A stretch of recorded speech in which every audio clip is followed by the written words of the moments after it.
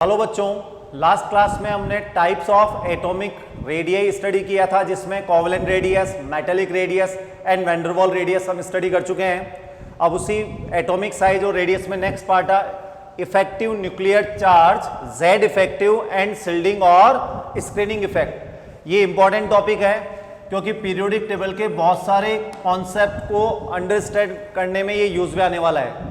Clear यहाँ पर? अब इसको एक्सप्लेन करने के लिए हम एक एग्जांपल लेते हैं। कार्बन का एटॉमिक नंबर कितना है? 6 है और इसका electronic configuration 1s2 2s2 and 2p2। तो इसके पास इलेक्ट्रॉन कितने हुए? 6। अब हम आते हैं यहाँ पर कि कार्बन एटम में सेंटर में क्या होगा? न्यूक्लियस, और इसके अराउंड डिफरेंट सेल्स में क्या प्रेजेंट है? इलेक्ट्रॉन्स। तो मैं सर्कल ड्रॉ नहीं कर रहा हूं यहाँ पर मैंने यहाँ पर 6 इलेक्ट्रॉन्स बना दिए। ठीक है, यहाँ पर क्योंकि सब इलेक्ट्रॉन की डिस्टेंस क्या होगी? यहाँ पर अलग अलग होगी न्यूक्लियस से, तो हमने यहाँ पर 6 इलेक्ट्रॉन्स ड्रॉ कर दिए। अब हम कंसिडर करते हैं कि इन 6 इलेक्ट्रॉन्स पे न्यूक्लियस का क्या अप्लाई हो रहा है? Attraction force. क्योंकि इलेक्ट्रॉन क्या है? नेगेटिवली चार्ज्ड और न्यूक्लियस क्या है? Positively charge. तो डेफिनेटली न्यूक्लियस का अट्रैक्शन फोर्स किस पे अप्लाई हो रहा है? इन 6 इलेक्ट्रॉन्स पे। अब आते हैं यहाँ पर हम सबसे आउटर मोस्ट इलेक्ट्रॉन को कंसिडर करते हैं। इसके अलावा न्यूक्लियस में कितने प्रोटॉन है? 6 प्रोटॉन। तो 6 प्रोटॉन का वही अट्रैक्शन फोर्स अप्लाई होगा। तो फर्स्ट सिचुएशन में ये 5 इलेक्ट्रॉन प्रेजेंट है और उसके बाद ये कौन सा इलेक्ट्रॉन आ गया? 6। ये तो हुई यहाँ पर रियल कंडीशन। अब आते हैं यहाँ पर हाइपोथेटिकल या इमेजिनरी कंडीशन। अगर मान लें हम इन 5 इलेक्ट्रॉन्स को यहाँ से क्या कर दें? रिमूव। ठीक है, यहाँ पर आपने हाइपोथेटिकल कंडीशन में ये 5 इलेक्ट्रॉन यहाँ से रिमूव कर दिए। अब आपके पास ओनली यहाँ पर एटम में क्या प्रेजेंट है? ये 6th इलेक्ट्रॉन जो आउटर मोस्ट है। तो अब आपको ये आंसर देना है कि किस केस में न्यूक्लियस का अट्रैक्शन फोर्स ज्यादा अप्लाई होगा।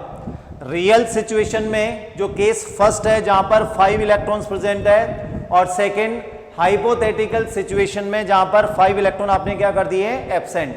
तो आपके पास शायद आंसर आ गया होगा, सेकेंड कंडीशन में न्यूक्लियस का अट्रैक्शन फोर्स क्या लगेगा? ज्यादा लगेगा, क्योंकि ये इलेक्ट्रॉन डायरेक्ट किसके कांटेक्ट में आ रहा है?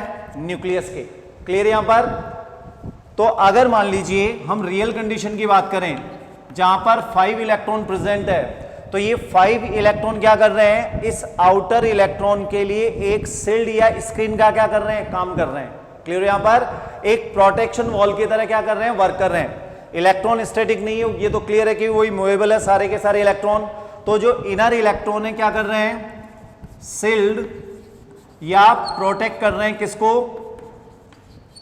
आउटर इलेक्ट्रॉन को। तो इनर इलेक्ट्रॉन आउटर इलेक्ट्रॉन का क्या कर रहे हैं? प्रोटेक्शन। किससे प्रोटेक्शन कर रहे हैं? न्यूक्लियस के अट्रैक्शन फोर्स से। तो जितना अट्रैक्शन फोर्स यहां पर अप्लाई होना चाहिए उतना नहीं होगा, उससे क्या हो जाएगा? डिक्रीज। तो एक्चुअल में जितना न्यूक्लियर चार्ज इस आउटर इलेक्ट्रॉन पे अप्लाई हो रहा है जो रियल में, उसी को हम क्या नेम दे रहे हैं? Z effective. इफेक्टिव का मीनिंग भी समझो, जो एक्चुअल में अप्लाई हो रहा है। यहां पर 6 प्रोटॉन है, तो आपके माइंड में क्या आएगा कि 6 प्रोटॉन के इक्वल क्या होगा? अट्रैक्शन फोर्स क्या होगा? अप्लाई। पर एक्चुअल में इनर इलेक्ट्रॉन की वजह से क्या हुआ? ये अट्रैक्शन फोर्स क्या हुआ? डिक्रीज। तो 6 प्रोटॉन जितना इस आउटर इलेक्ट्रॉन पे अट्रैक्शन फोर्स अप्लाई नहीं हो रहा है। या इसको ऐसे समझ सकते हैं कि जो फर्स्ट इलेक्ट्रॉन है इस पे 6 प्रोटॉन का क्या अप्लाई हो रहा है? Attraction force. पर जो आउटर मोस्ट इलेक्ट्रॉन है इस पे जो अट्रैक्शन फोर्स अप्लाई होगा वो फर्स्ट इलेक्ट्रॉन पे अप्लाई होने वाले अट्रैक्शन फोर्स से क्या होगा? कम। तो जितना कम होके रह गया जो एक्चुअल है, उसी को हमने क्या नेम दिया है? Z effective. क्लियर यहां पर? तो शिल्डिंग इफेक्ट का क्या मीनिंग हुआ?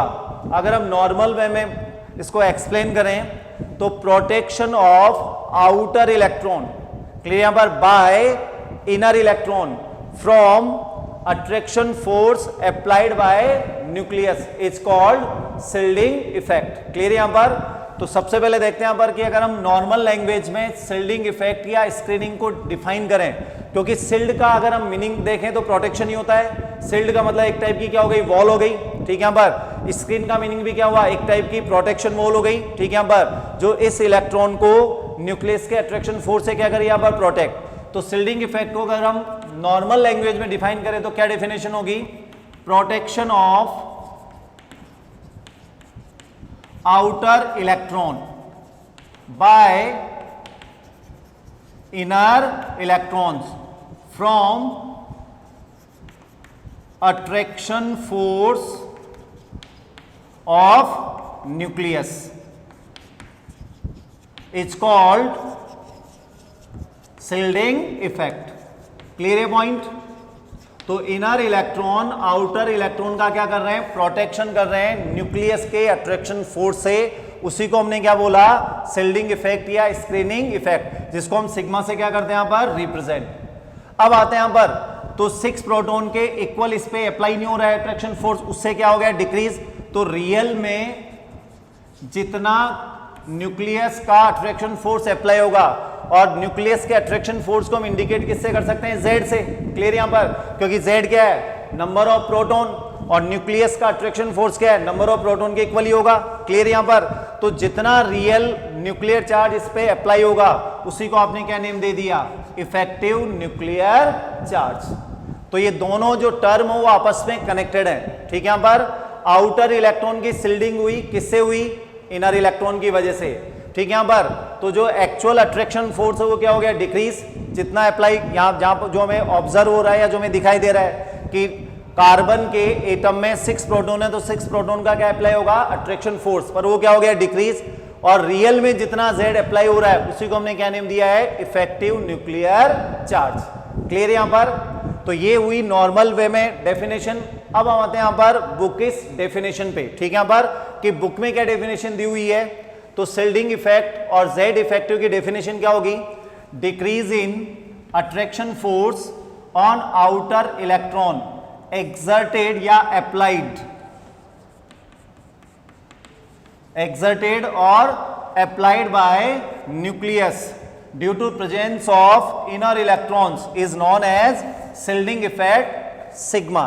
क्लियर यहां पर? मैं दोबारा रिपीट कर रहा हूं। Decrease in attraction force on outer electron exerted by nucleus due to presence of inner electrons is known as shielding effect sigma। And reduced nuclear charge, जितना एक्चुअल में अब प्रेजेंट है, जितना रिड्यूस होकर रह गया है, उसी को क्या बोल रहे हैं हम? तो reduced nuclear charge on outer electron is called Z effective.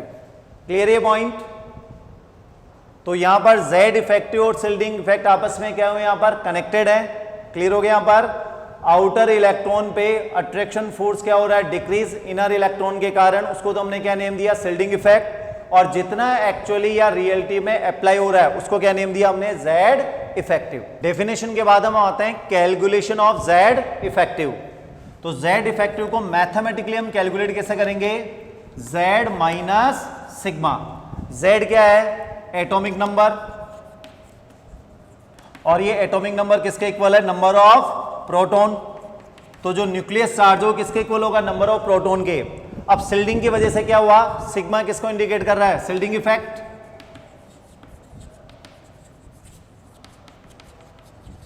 तो शिल्डिंग इफेक्ट की वजह से Z में क्या होगा? यहां पर डिक्रीज होगा। अब जितना डिक्रीज होकर आपके पास रह जाएगा, उसी को हम क्या बोल रहे हैं यहां पर? Z effective. तो इसको हम कैलकुलेट कैसे करेंगे? Z minus sigma.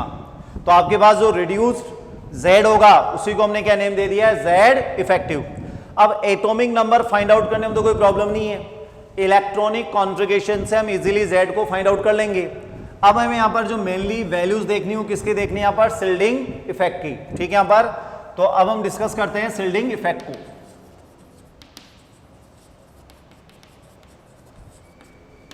Shielding effect में आते हैं। सबसे पहले ये न्यूक्लियस है और ये आउटर इलेक्ट्रॉन है। मान लीजिए यहां पर 2 इलेक्ट्रॉन प्रेजेंट है। ठीक है? यहां पर नेक्स्ट केस में मैंने 3 कर दिए, फिर नेक्स्ट केस में 4, 5, 6, 7। तो number of inner electrons increase करने पर क्या होगा? शिल्डिंग इफेक्ट भी इंक्रीज होगा या डिक्रीज होगा? तो क्लियर है, जितने भी इलेक्ट्रॉन यहां पर आप एंटर कराओगे, वो सब किसको प्रोटेक्ट करेंगे? आउटर इलेक्ट्रॉन को। तो हम मैथमेटिकली क्या रिटर्न कर सकते हैं? अब इसको हम सिग्मा से रिप्रेजेंट करेंगे, किसको? शिल्डिंग इफेक्ट को। तो sigma directly proportional to number of inner electrons. जितने ज्यादा इनर इलेक्ट्रॉन्स होंगे, ठीक है, यहां पर आउटर इलेक्ट्रॉन के लिए सिग्मा की वैल्यू या शिल्डिंग इफेक्ट क्या होगा, मैक्सिमम होगा या उतना ही ज्यादा होगा। क्लियर ये पॉइंट। नेक्स्ट पार्ट पे आते हैं। Shielding effect is also refer to inter electronic repulsion. Shielding effect का रिलेशन किससे है, इंटर इलेक्ट्रॉनिक रिपल्शन से भी है। इंटर इलेक्ट्रॉनिक रिपल्शन का मीनिंग हम जानते हैं कि इलेक्ट्रॉन्स में चार्ज कौन सा, सभी पे नेगेटिव चार्ज है और सेम चार्ज आपस में क्या करेंगे, यहां पर एक दूसरे को रिपेल करेंगे। तो ये इलेक्ट्रॉन एक दूसरे को क्या करेंगे, यहां पर रिपेल करेंगे। अब इस रिपल्शन से क्या होगा, तो जो आउटर इलेक्ट्रॉन वो कहां जाएगा, न्यूक्लियस साइड जाएगा या आउटसाइड जाएगा। क्लियर हो रहा है पॉइंट। हम इजीली आंसर दे सकते हैं कि जब रिपल्शन होगा तो आउटर इलेक्ट्रॉन कहां जाएंगे, न्यूक्लियस से ज्यादा दूरी पर जाएंगे, ठीक है यहां पर, और ज्यादा दूरी पे जाएंगे तो साइज क्या होगी एटम की, यहां पर इंक्रीज। तो इलेक्ट्रॉनिक रिपल्शन से क्या हुआ, आउटर इलेक्ट्रॉन और ज्यादा न्यूक्लियस से कहां चले गए, दूर चले गए। और हम आर कैलकुलेट कैसे करते हैं, distance between the nucleus and outer most electron. तो शिल्डिंग इफेक्ट की वजह से क्या होगा, डिस्टेंस इंक्रीज हो जाएगी आउटर इलेक्ट्रॉन के न्यूक्लियस से और साइज या रेडियस भी क्या हो जाएगी, इंक्रीज। क्लियर है पॉइंट। स्टार्ट। अब आते हैं शिल्डिंग इफेक्ट में फैक्टर्स अफेक्टिंग शिल्डिंग इफेक्ट और सिग्मा। फर्स्ट जो फैक्टर है वो है टाइप्स और नेचर ऑफ इलेक्ट्रॉन। अब नेचर या टाइप्स ऑफ इलेक्ट्रॉन आपके पास कौन कौन से हैं, S electrons, P electrons, D electrons and F electrons. Clear. यहां पर जो हमारे सिलेबस में है, ठीक, यहां पर जी सब सेल भी हमने स्टडी किया था, एच भी किया था, तो आपको याद होगा एस सब सेल में एस ऑर्बिटल और एस ऑर्बिटल में जो इलेक्ट्रॉन है उनका भी नेम क्या था, एस इलेक्ट्रॉन। सिमिलरली पी सब सेल में पी ऑर्बिटल्स और पी ऑर्बिटल्स में पी इलेक्ट्रॉन्स। तो S P D F electrons की नेचर अलग अलग है, ठीक है यहां पर। और सबसे ज्यादा जो शिल्डिंग होती है एस पी डी एफ में वो सबसे ज्यादा किसकी होगी, एस की। उसके बाद किसका नंबर आएगा, पी का, उसके बाद डी और उसके बाद एफ। अब आते हैं इसका रीजन क्या है, तो रीजन होता है कि इनकी जो शेप होती है वो क्या होती है, अलग अलग। एस की शेप स्फेरिकल होती है, पी की शेप डंबल शेप होती है, डी की शेप डबल डंबल शेप होगी और एफ की स्ट्रक्चर के लिए हम क्या बोलते हैं, कॉम्प्लेक्स। तो इनकी शेप डिफरेंट है, इस वजह से इनका शिल्डिंग पावर भी क्या होगा, डिफरेंट होगा। क्लियर यहां पर। तो सबसे ज्यादा शिल्डिंग कौन करेगा आउटर इलेक्ट्रॉन्स की, एस इलेक्ट्रॉन्स, उसके बाद पी डी और एफ। पर ये एप्लीकेबल कब है, व्हेन एन और shell number is similar. Clear यहां पर। तो ये ऑर्डर तभी एप्लीकेबल होगा जब n की वैल्यू या शेल नंबर क्या होगा, सेम होगा। For example 4s 4p 4d and 4f। अब हमें अगर शिल्डिंग ऑर्डर फाइंड आउट करना हो तो शिल्डिंग ऑर्डर के लिए आंसर क्या जाएगा, सबसे ज्यादा शिल्डिंग किसकी होगी, 4s शिल्डिंग करेगा, then 4p 4d and 4f। Clear यहां पर। तो शिल्डिंग स्ट्रेंथ सबसे ज्यादा किसकी हुई, 4s की, और सबसे कम 4f के लिए। अब आगे कंटिन्यू करते हैं सेकंड फैक्टर को, distance of electron from nucleus. इसके लिए आप एग्जांपल देखो, ये न्यूक्लियस है और ये 2 इलेक्ट्रॉन है और ये हो गया आपका आउटर इलेक्ट्रॉन जिसपे हमें शिल्डिंग इफेक्ट स्टडी करना है या ऑब्जर्व करना है। तो कौन से इलेक्ट्रॉन का शिल्डिंग इफेक्ट ज्यादा पावरफुल होगा या ज्यादा अप्लाई करेगा शिल्डिंग इफेक्ट, तो आंसर कौन सा होगा, ये इलेक्ट्रॉन जो न्यूक्लियस के ज्यादा क्लोज में। क्लियर यहां पर। इसके थ्रू जो शिल्डिंग इफेक्ट अप्लाई होगा वो इस इलेक्ट्रॉन के कंपैरिजन में क्या होगा, ग्रेटर। तो हमने सेकेंड इफेक्ट क्या देखा, distance of electron from the nucleus. For example 3d and 7s, इन 2 को कंपेयर करना किसके लिए, शिल्डिंग स्ट्रेंथ के लिए। तो कौन ज्यादा शिल्डिंग अप्लाई करेगा, आंसर क्या आएगा यहां पर, 3d, क्योंकि ये इलेक्ट्रॉन ज्यादा क्लोज में है किसके कंपैरिजन में, 7s। तो जो एसपीडीएफ ऑर्डर था वो कभी तब एप्लीकेबल होगा जब n की वैल्यू क्या होगी, सेम होगी। अगर डिस्टेंस अलग अलग है तो फिर इलेक्ट्रॉन जितना ज्यादा न्यूक्लियस के क्लोज में होगा उसकी शिल्डिंग पावर उतनी क्या होगी, ज्यादा होगी। क्लियर है पॉइंट। तो ये 2 फैक्टर हैं जो शिल्डिंग इफेक्ट को क्या करते हैं, इफेक्ट। आगे आते हैं नेक्स्ट पार्ट पर, वैल्यूज ऑफ सिग्मा। क्लियर यहां पर। अब आते हैं कि Z, हमें Z इफेक्टिव कैलकुलेट करना है। Z इफेक्टिव कैलकुलेशन के लिए फॉर्मूला क्या है, Z माइनस सिग्मा। Z हम फाइंड आउट कहां से कर लेंगे, इलेक्ट्रॉनिक कॉन्फ़िगरेशन से। अब हमें किसकी वैल्यू चाहिए, सिग्मा की। ठीक है यहां पर। तो सिग्मा की वैल्यूज हमारे सिलेबस में डायरेक्ट दी हुई है जो हमें यूज में लेनी है। इसका डेरिवेशन नहीं है कि ये वैल्यूज कहां से डिराइव की गई है। क्लियर यहां पर। तो ये वैल्यूज जो है सिग्मा की, सिग्मा इक्वल टू 0.35 पर इलेक्ट्रॉन फॉर nth शेल। अगर शिल्डिंग शो करने वाला इलेक्ट्रॉन nth शेल में, n का यहां पर किससे मीनिंग है, आउटर मोस्ट शेल, तो उसके लिए पर इलेक्ट्रॉन जो सिग्मा की वैल्यू होगी वो कितनी होगी, 0.35।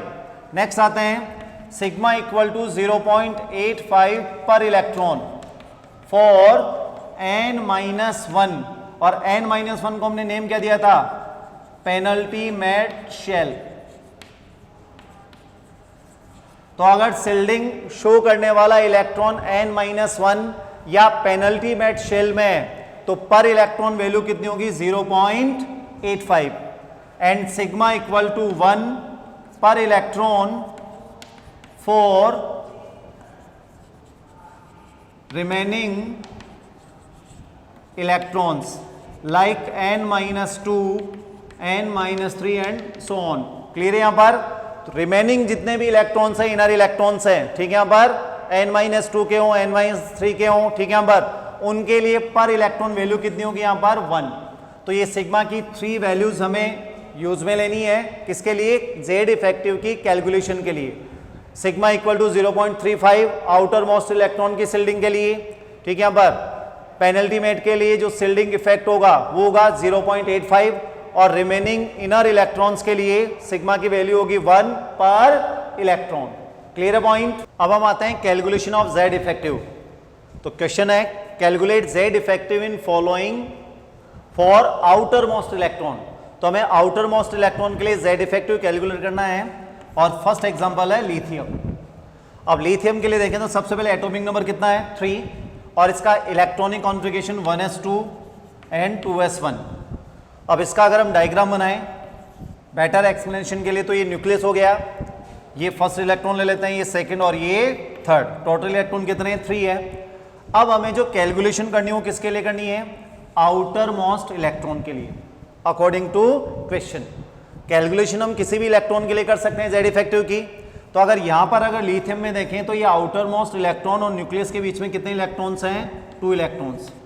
तो जो सिग्मा इफेक्ट अप्लाई होगा वह कितने इलेक्ट्रॉन्स का होगा, 2 इलेक्ट्रॉन्स का। जिस इलेक्ट्रॉन के लिए आप Z इफेक्टिव कैलकुलेट कर रहे हैं, ठीक है यहां पर, उसका खुद पे शिल्डिंग इफेक्ट तो अप्लाई नहीं होगा। शिल्डिंग इफेक्ट का मीनिंग क्या है, ये हमें क्लियर है। इनर इलेक्ट्रॉन आउटर इलेक्ट्रॉन का प्रोटेक्शन करते हैं, किससे, न्यूक्लियस के अट्रैक्शन फोर्स से। तो ये इलेक्ट्रॉन अपने आप को थोड़ी प्रोटेक्ट करेगा, इसका प्रोटेक्शन कौन करेगा, वो इलेक्ट्रॉन करेंगे जो इस इलेक्ट्रॉन और न्यूक्लियस के बीच में। तो यहां पर हम देखें तो कितने इलेक्ट्रॉन्स हैं, 2 इलेक्ट्रॉन्स हैं। अगर मान लीजिए मुझे इस इलेक्ट्रॉन के लिए कैलकुलेट क्या करना होता है, Z इफेक्टिव, तो कितने इलेक्ट्रॉन्स का शिल्डिंग इफेक्ट अप्लाई होता, ओनली 1, क्योंकि इस इलेक्ट्रॉन और न्यूक्लियस के बीच में कितने इलेक्ट्रॉन है, 1 इलेक्ट्रॉन है। अगर मान लीजिए इस फर्स्ट इलेक्ट्रॉन के लिए आपको क्या कैलकुलेट करना हो, Z इफेक्टिव, तो कितने इलेक्ट्रॉन्स का शिल्डिंग इफेक्ट अप्लाई होगा, तो आंसर क्या आएगा, 0, क्योंकि इस इलेक्ट्रॉन और न्यूक्लियस के बीच में कोई इलेक्ट्रॉन नहीं है। जब कोई इलेक्ट्रॉन नहीं है दैट मीन शिल्डिंग इफेक्ट भी अप्लाई नहीं होगा। सिग्मा की वैल्यू कितनी होगी, 0। तो जैसे इस इलेक्ट्रॉन के लिए Z इफेक्टिव क्या आएगा, Z minus 0, that mean Z। तो आंसर कितना आ जाएगा, 3 आ जाएगा। क्लियर हो गया यहां पर। तो ये इंपॉर्टेंट पॉइंट है, जिस इलेक्ट्रॉन के लिए आप Z इफेक्टिव कैलकुलेट कर रहे हैं उस इलेक्ट्रॉन और न्यूक्लियस के बीच में जितने भी इलेक्ट्रॉन आएंगे शिल्डिंग इफेक्ट उन्हीं का अप्लाई होगा।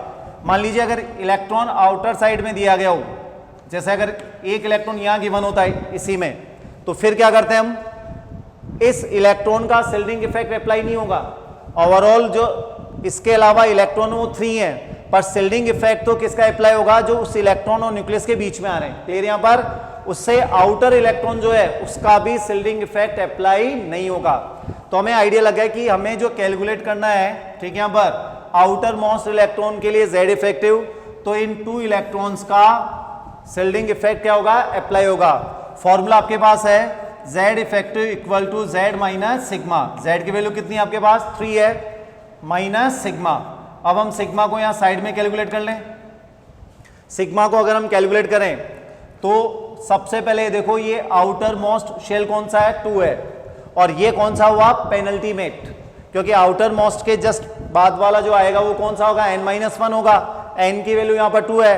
अब पेनल्टी मेट में 2 इलेक्ट्रॉन्स हैं, पर इलेक्ट्रॉन वैल्यू कितनी होती है पेनल्टी मेट के लिए, 0.85 इंटू क्या कर देंगे 2, क्योंकि आपने जो रिटर्न की थी सिग्मा की वैल्यू वो पर इलेक्ट्रॉन है।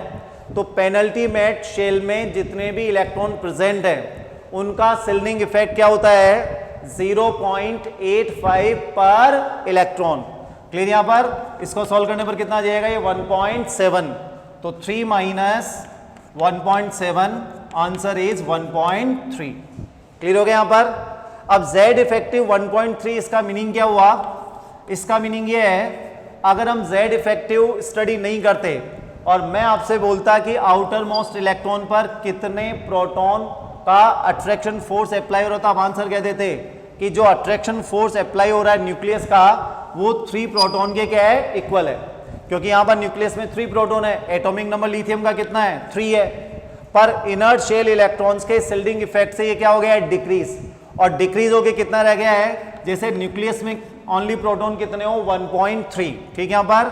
तो जो आउटर मोस्ट इलेक्ट्रॉन पर न्यूक्लियस का अट्रैक्शन फोर्स अप्लाई हो रहा है वो डिक्रीज होके इतना रह गया है जैसे न्यूक्लियस में 1.3 प्रोटॉन हो। फर्स्ट इलेक्ट्रॉन पे कितना अप्लाई होगा, क्योंकि यहां पर कोई शिल्डिंग इफेक्ट नहीं है इस इलेक्ट्रॉन के लिए, तो 3 प्रोटॉन के इक्वल ही इस इलेक्ट्रॉन पे अट्रैक्शन फोर्स क्या होगा, अप्लाई। तो अब क्लियर हो गया पर कि Z इफेक्टिव हम कैलकुलेट कैसे कर रहे हैं, Z माइनस सिग्मा से। तो जो एक्चुअल आपके पास आ जाएगा अट्रैक्शन फोर्स, वही आउटर मोस्ट इलेक्ट्रॉन फील करेगा जो उस पे अप्लाई हो रहा है न्यूक्लियस के थ्रू। क्लियर है, फर्स्ट एग्जांपल लिथियम। अब इसी टाइप से हमें रिमेनिंग क्वेश्चन भी सॉल्व करने हैं। तो नेक्स्ट एग्जांपल पे आते हैं, सोडियम। सेम क्वेश्चन है, आपको सोडियम में आउटर मोस्ट इलेक्ट्रॉन के लिए Z इफेक्टिव कैलकुलेट करना है। एटॉमिक नंबर कितना है, 11।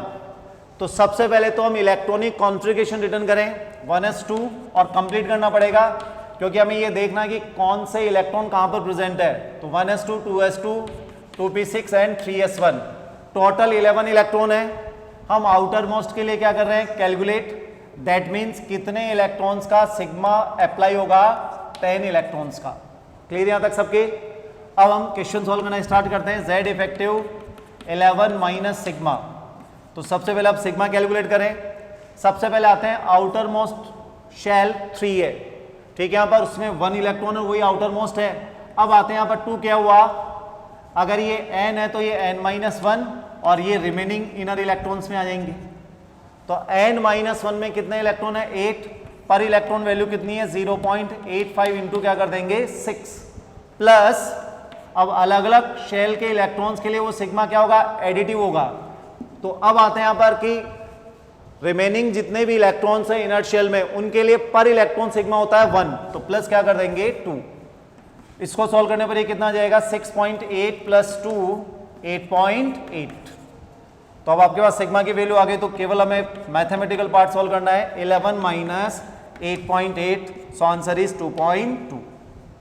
क्या मीनिंग हुआ इसका, सोडियम में आउटर मोस्ट इलेक्ट्रॉन पर कितने प्रोटॉन का अट्रैक्शन फोर्स अप्लाई हो रहा है, जनरल आंसर है 11 प्रोटॉन, पर शिल्डिंग इफेक्ट की वजह से ये डिक्रीज हो गया है, और डिक्रीज होके इस इलेक्ट्रॉन पे अट्रैक्शन फोर्स कितना अप्लाई हो रहा है, जैसे न्यूक्लियस में ओनली 2.2 प्रोटॉन प्रेजेंट हो।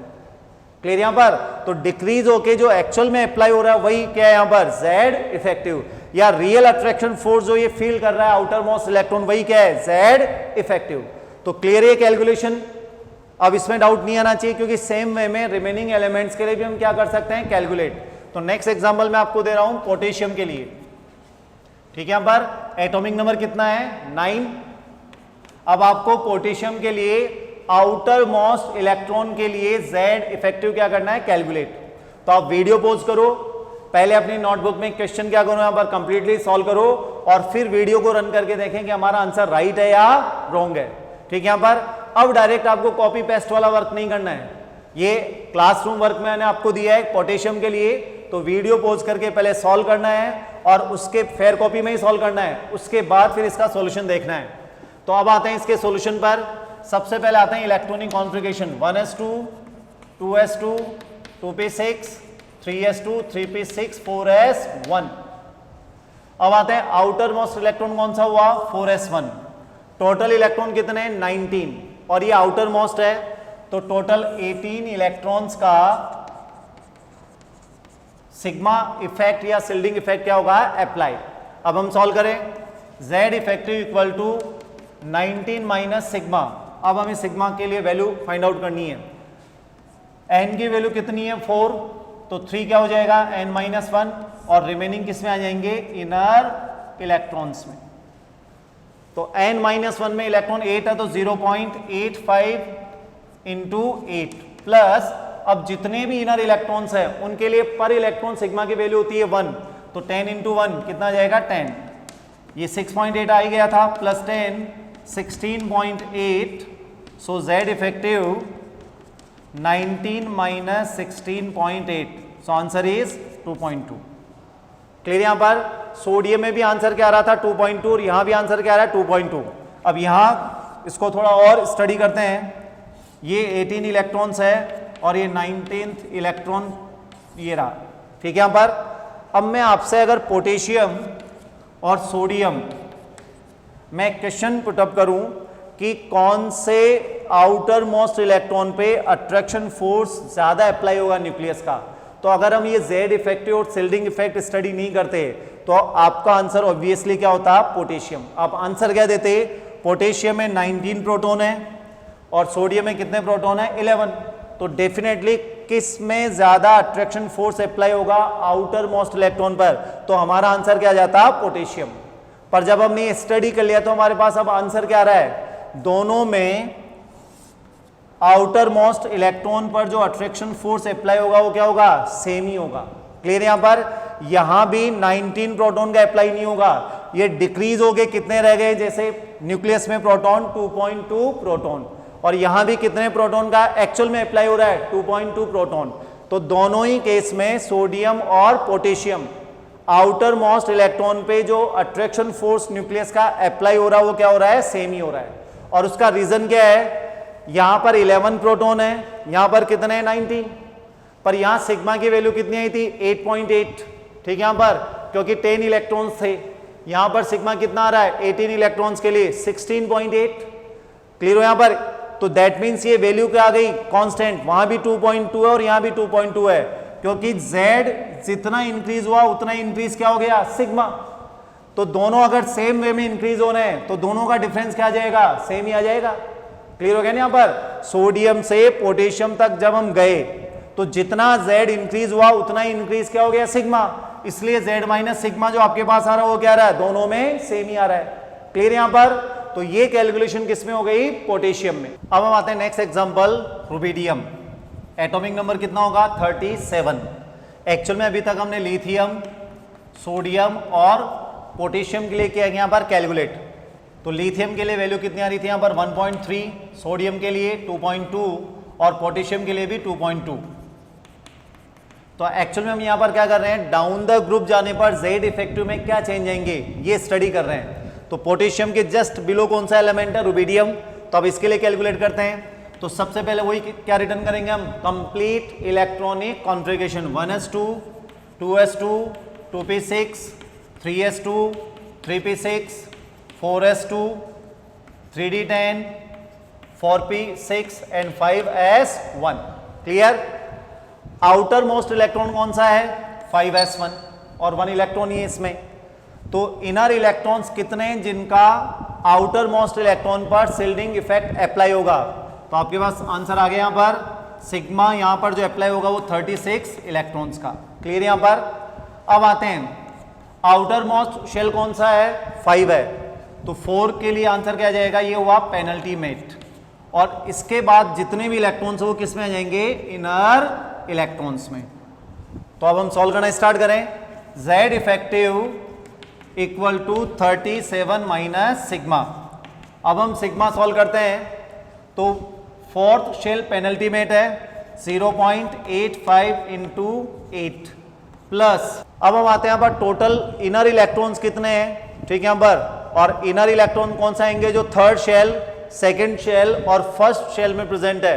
तो थर्ड शेल में इलेक्ट्रॉन हो गए टोटल आपके पास 18, और सेकंड शेल में कितने हो गए 8, 26 और 2 28।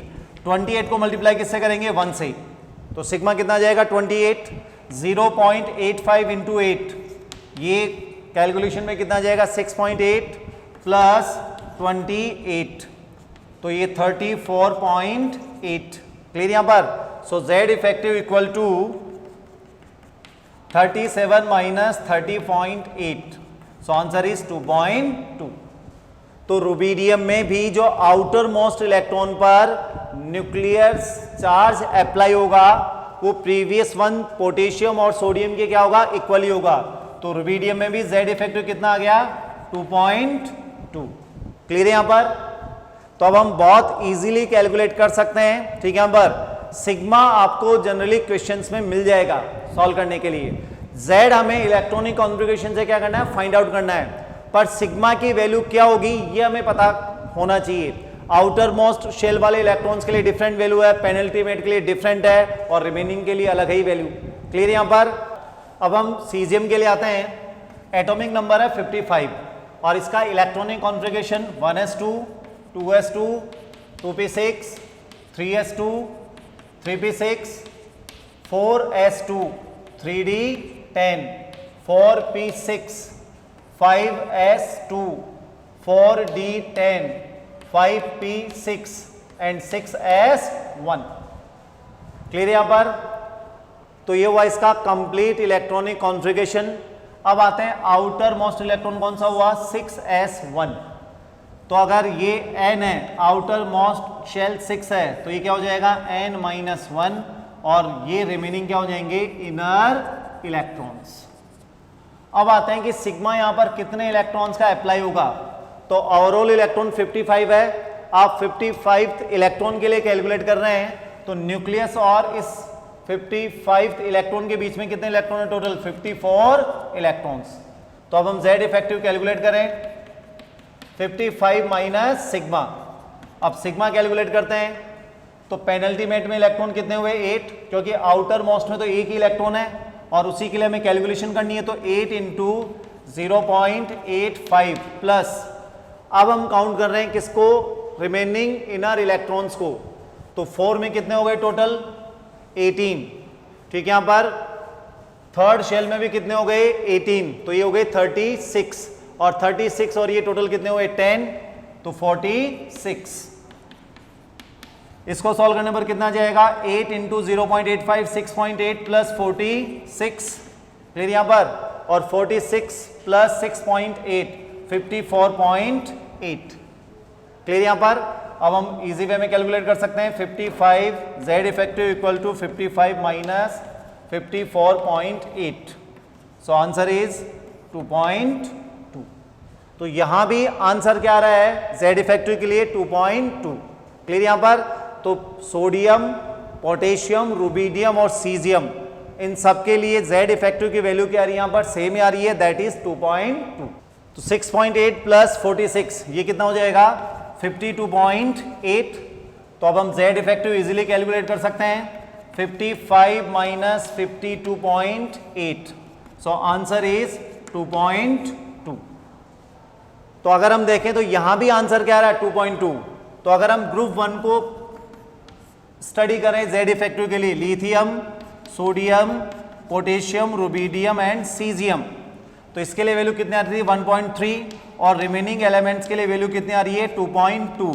इसका मीनिंग क्या हुआ, सोडियम से लेके सीजियम तक आउटर मोस्ट इलेक्ट्रॉन पर जो न्यूक्लियस फोर्स या अट्रैक्शन फोर्स अप्लाई होगा वो क्या होगा, सेम ही होगा। क्लियर यहां पर। और उसका रीजन क्या है, जितना Z इंक्रीज हो रहा है उतना ही सिग्मा क्या हो रहा है, इंक्रीज। इसलिए दोनों का जो डिफरेंस है Z माइनस सिग्मा, ये क्या रहा है, कांस्टेंट। क्लियर है पॉइंट?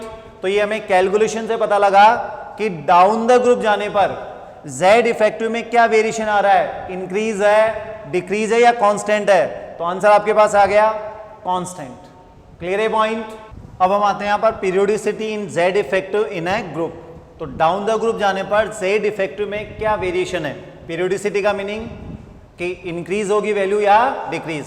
तो हमारे पास जो ऑब्जर्वेशन आई है मैथमेटिकल वैल्यूज, उसके बेसिस पे हम आंसर दे सकते हैं। On moving top to bottom in a group, Z effective remains constant. Clear यहां पर यहां पर हम एक नोट भी रिटर्न कर रहे हैं। In case of heavier elements of P and D block, Z effective increases due to poor shielding of D and F electrons. इस लाइन का क्या मीनिंग है? अगर जनरल क्वेश्चन आता है कि Z इफेक्टिव में क्या वेरिएशन है अलोंग द ग्रुप, तो आंसर क्या आएगा, कांस्टेंट। पर आगे बहुत जगह हम ये स्टडी करने वाले हैं कि हेवियर एलिमेंट्स का मीनिंग जो डाउन साइड मिलेंगे आपको, ठीक है, यहाँ पर उनमें Z इफेक्टिव कांस्टेंट होने की वजह क्या होगा, इंक्रीज होगा। अब इंक्रीज क्यों होगा? Due to poor shielding of D and F electrons. हमें शिल्डिंग स्ट्रेंथ ऑर्डर बताया S, P, D and F। सबसे कम शिल्डिंग इफेक्ट किसका होगा, F इलेक्ट्रॉन्स का, उसके बाद किसका नंबर है, D का। तो अगर हम पीरियोडिक टेबल देखें तो फोर्थ पीरियड से हम D इलेक्ट्रॉन्स फिलिंग स्टार्ट कर देते हैं और सिक्स्थ पीरियड से क्या स्टार्ट हो जाता है यहाँ पर, F इलेक्ट्रॉन्स। तो हेवियर मेंबर्स में क्योंकि आप D और F इलेक्ट्रॉन्स फिल कर रहे हैं जिनकी शिल्डिंग पावर कम है, और शिल्डिंग पावर कम होने से क्या होगा, Z इफेक्टिव क्या हो जाएगा, इंक्रीज। और ये इंक्रीज कैसे होगा? तो सिंपल मैथमेटिक्स है, Z इफेक्टिव होता है Z माइनस सिग्मा। मान लीजिए मैंने 1 प्रोटॉन फिल किया, ठीक है, यहाँ पर, तो उसी के साथ 1 इलेक्ट्रॉन भी फिल करेंगे। ये तो क्लियर है यहाँ पर? जैसे जैसे हम किसी भी एटम में 1 प्रोटॉन इंक्रीज करते हैं, 1 इलेक्ट्रॉन भी क्या करते हैं, इंक्रीज। अब 1 प्रोटॉन इंक्रीज करने का मीनिंग क्या हुआ, Z की वैल्यू 1 से क्या हो गई है, इंक्रीज। क्लियर यहाँ पर? अब आते हैं सिग्मा पर। 1 इलेक्ट्रॉन के लिए अगर मान लीजिए सिग्मा पुअर है, ठीक है, यहाँ पर, तो उस केस में क्या होगा, Z इफेक्टिव क्या हो जाएगा, इंक्रीज। अगर Z जितना इंक्रीज हुआ उतना ही सिग्मा इंक्रीज हुआ, तब तो Z इफेक्टिव क्या आएगा, कांस्टेंट, क्योंकि हम कंपैरिजन किससे करें यहाँ पर, प्रीवियस एलिमेंट से। क्लियर यहाँ पर? तो जितना Z इंक्रीज हुआ उतना ही सिग्मा इंक्रीज हुआ, तब तो Z इफेक्टिव क्या होगा, कांस्टेंट।